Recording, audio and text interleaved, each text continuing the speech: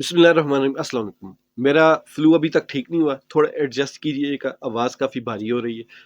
तो इससे पहले मैंने बाबर आज़म के खिलाफ आप कहें, लेकिन मैं समझता हूँ कि मैंने उनकी हमायत में हमेशा वीडियोस बनाई, लेकिन लोग समझते हैं कि मैंने हमेशा उनके खिलाफ वीडियोस बनाई। बाबर आज़म के साथ मुझे इख्तिलाफ सिर्फ उनकी कप्तानी और उनके बोल्ड फैसलों को लेकर इख्तिलाफ था। बाकी ऐसी कोई बात नहीं थी। मैंने एक वीडियो, शायद 1 साल हो गया, ये वीडियो मैंने बनाई थी। इस वीडियो में मैंने बिल्कुल साफ और वाज़ेह अल्फाज में कहा था कि बाबर आजम का जो कज़न है कमरान अकमल, एक टाइम था कि लोग उसको भी मतलब कि ऐसा सोच ही नहीं सकते थे कि कमरान अकमल जैसा प्लेयर भी टीम से ड्रॉप कभी हो। क्योंकि कमरान अकमल भी, बल्कि सॉरी, उमर अकमल के बारे में ये हमेशा कहा जाता था कि वो पाकिस्तानी तेंदुलकर है।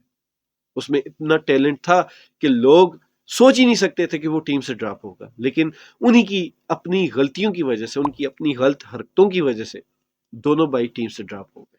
उसके बाद उमर अकमल ने बहुत जोर लगाया कि टीम में वापस आ जाए, लेकिन नहीं आ सका।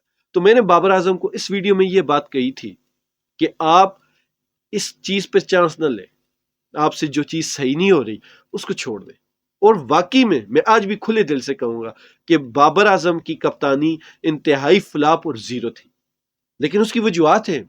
मैं बाबर आजम को अच्छा प्लेयर मानता हूँ, दुनिया का इस वक्त नंबर 1 प्लेयर मानता हूँ, लेकिन इसकी यह बात नहीं कि आप अगर नंबर 1 प्लेयर हैं तो आप दुनिया में हर काम में नंबर 1 हो सकते। एक अच्छा प्लम्बर कभी भी गाड़ियों का मैकेनिक नहीं हो सकता, और गाड़ियों का मैकेनिक कभी भी अच्छा प्लम्बर नहीं हो सकता।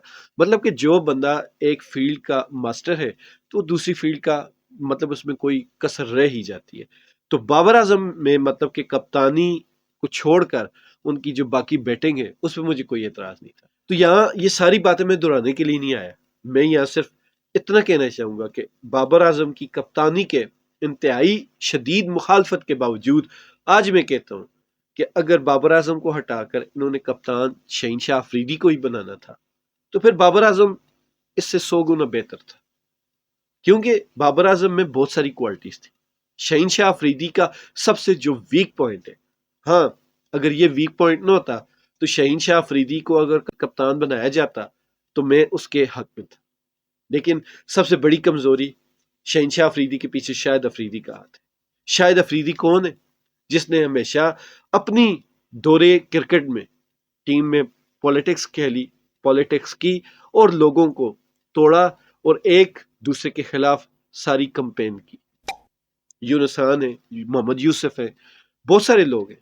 फिर 2011 का जो वर्ल्ड कप है वो आज तक मुतनाज़ा है।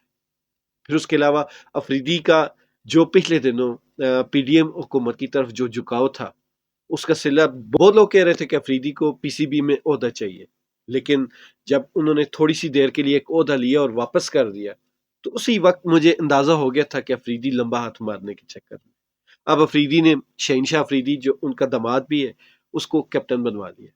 तो बहरहाल ये जो कुछ भी हुआ इसको नहीं होना चाहिए था। अफरीदी अब पूरी लॉबिंग करेगा अपने दामाद के लिए, और उस लॉबिंग का जो सबसे पहला शिकार होगा वो बाबर आजम होगा।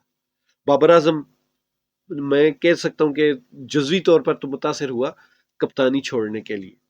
अब आप लोग कहेंगे ये तो बहुत बड़ा बाबर आजम के ऊपर काम हुआ है कि कप्तानी उसने रिजाइन दे दिया, लेकिन मैं ये समझता हूँ ये छोटा सा काम। अब काम होगा बाबर आजम को टीम से निकलवाना।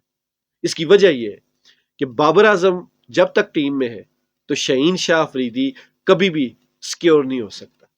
और ये सोचें कि ये सारी बातें तो आप सुन ही चुके हैं कि वर्ल्ड कप में सबसे बदतरीन कारकर्दगी जो शहीनशाह अफरीदी और हारिस रऊफ की थी, इन दोनों ने इतनी पिटाई खाई है, तो उसका सिला ये मिला कि शहीनशाह अफरीदी को आपने कैप्टन बना दिया। और उसमें देखें कि उनके साथ कौन कौन शामिल है बाबर आजम को फ्लॉप करने में। इसका मतलब यह हुआ कि बाबर आजम को फ्लॉप किया गया। अगर एशिया कप पाकिस्तान जीत जाता या अच्छी कारकर्दगी दिखाता और वर्ल्ड कप में भी पाकिस्तान अच्छी कारकर्दगी दिखाता तो कभी भी बाबर आजम को साइड लाइन नहीं किया जा सकता था।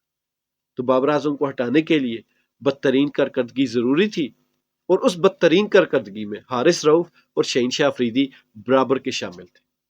तो जब एक बंदे ने बदतरीन कारकर्दगी दिखाई हो तो उसको फिर कैप्टन बनाना जायज नहीं। और वैसे भी جو آخری ایک دو میچوں میں شہنشاہ آفریدی نے اچھی بالنگ کی ہے تو وہ یہی تھا کہ کم از کم ٹیم سے نہ نکلنے کا جواز رہ جائے اس کے پاس. تو بہرحال اب بابر اعظم کے اوپر یہ تلوار لٹکی رہے گی اور بابر اعظم کی جو پرفارمنس ہے اس پر بھی بہت برا اثر پڑنے والا ہے اور اسی کو بنیاد بنا کر بابر اعظم کو ٹیم سے نکالنے کی پوری کوشش کی جائے گی. کامیاب ہوتے ہیں یا نہیں ہوتے یہ آنے والا وقت بتائے گا. بابر اعظم اس کا کتنا اچھے سے جواب دیتے ہیں، کتنے اچھے سے فائٹ کرتے ہیں اور کتنے اچھے سے اس پریشر کو ریلیز کر کے صرف اور صرف اپنی پرفارمنس پر فوکس کرتے ہیں. یہی سارا دار و مدار ہے بابر اعظم کی جو منٹل سٹرنتھ ہے، جو اس کا مائنڈ گیم ہے، وہ اگر اس میں مضبوط ہوئے تو وہ بچ جائیں گے.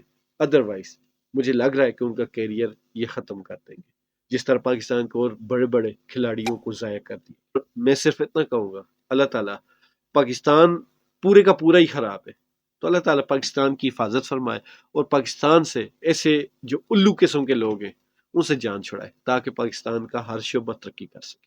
خوش رہیں، ایمان والی زندگی پائے. اللہ تعالیٰ ہم سب کا حامی و ناصر.